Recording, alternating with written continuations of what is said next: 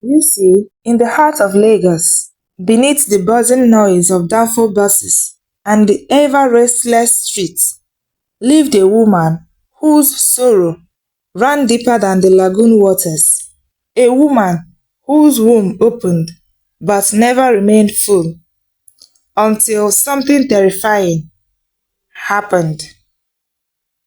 This is the gripping story of Ijeoma, a woman who bore children but lost them, not to sickness, not to accidents, but to something darker, something tied to her bloodline, something that always happened right after her mother took the placenta.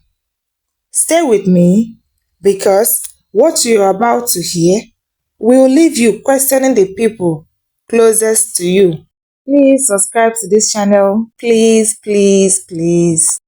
Thank you so much. Ijeoma was 24 when she gave birth to her first child, a beautiful baby girl. Her husband, Chinedu, wept tears of joy, dancing around the hospital ward at Isolo General Hospital like a madman. They named her Chiamaka. As tradition demanded in their family, her mother, Mama Ebere, came to the hospital, collected the placenta, and promised to dispose of it properly, as the elders taught. Ijeoma didn't question it. She trusted her mother blindly. But 6 months later, Chiamaka became seriously ill. No doctor could explain what was wrong. Blood tests were clean. No malaria, no infection. Just a baby growing weaker every day. One night, Chiamaka stopped breathing in Nkem's arms. Just like that. No warning, no closure.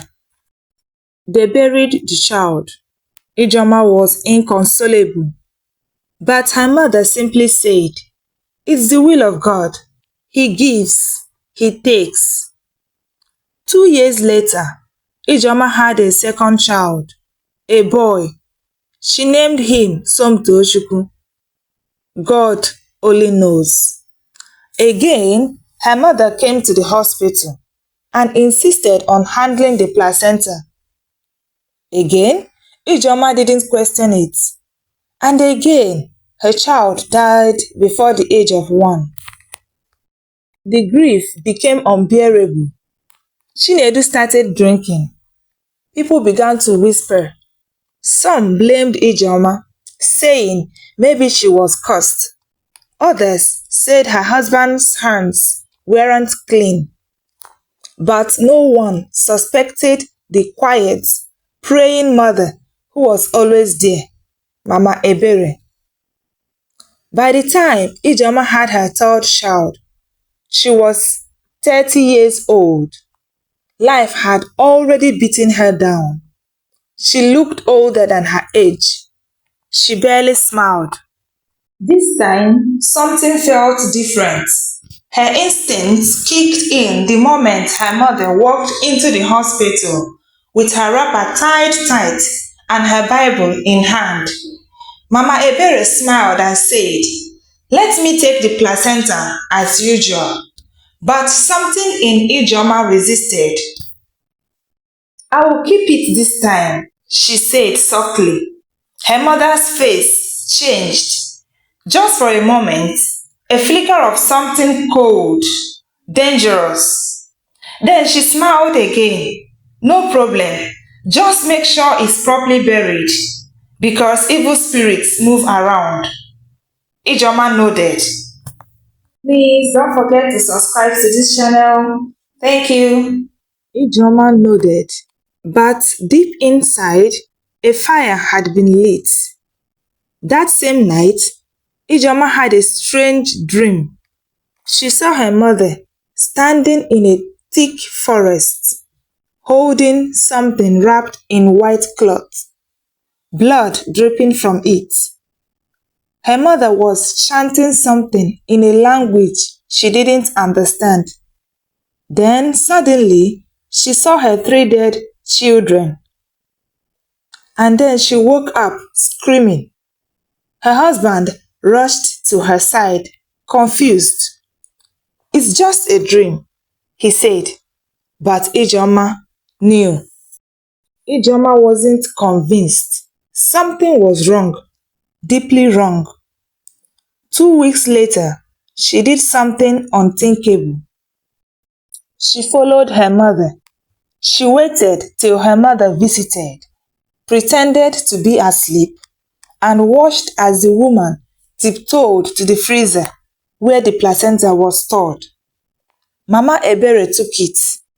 Ijeoma quietly called her neighbor to watch the baby and followed her mother barefoot through the thick forest of Ajegunle. What she saw changed her life forever. Her mother entered an old compound and knocked in a pattern, two short, one long. A man opened the door, shirtless, with cowries hanging around his neck. Ijeoma watched from the shadows as her mother handed the placenta to the man, and he smiled. "Another one?" the man asked.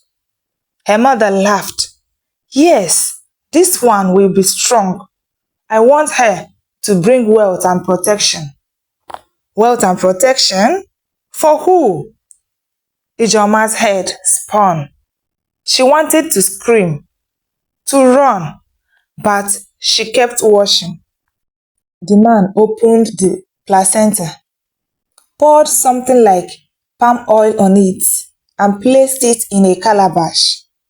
"Your prize will be complete this time. But remember, the child will not live to see her first birthday," he said. Ijeoma gasped.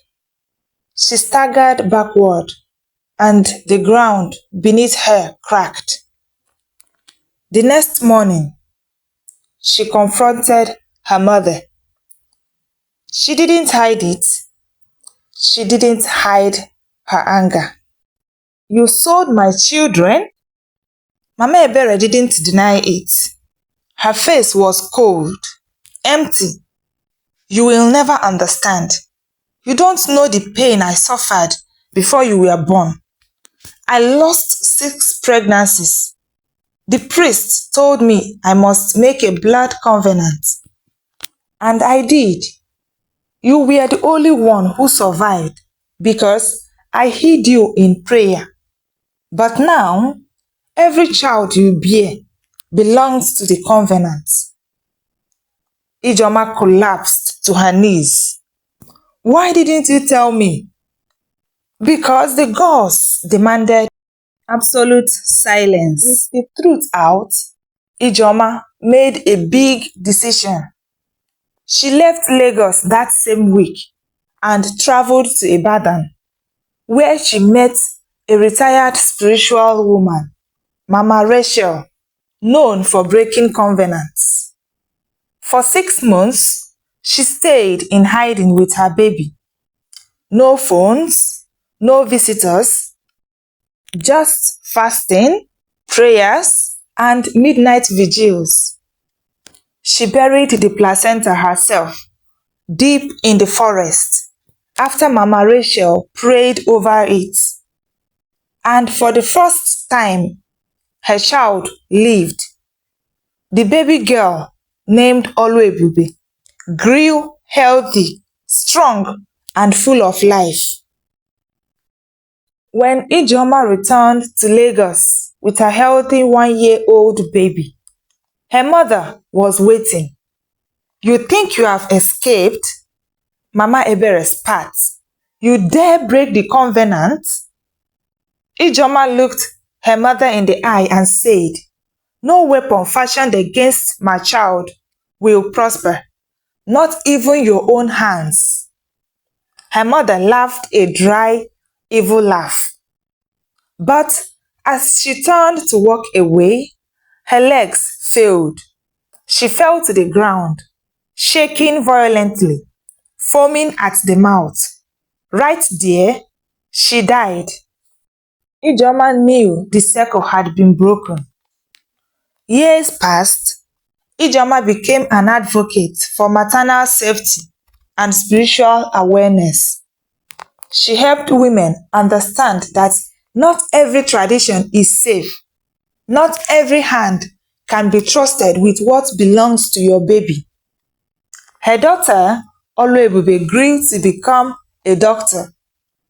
And every time Ijeoma looked at her, she remembered the darkness she overcame and the light she chose to walk in. So, the next time someone says they want to handle the placenta, ask yourself, who are they really? Because sometimes the people closest to us are the ones holding the knife.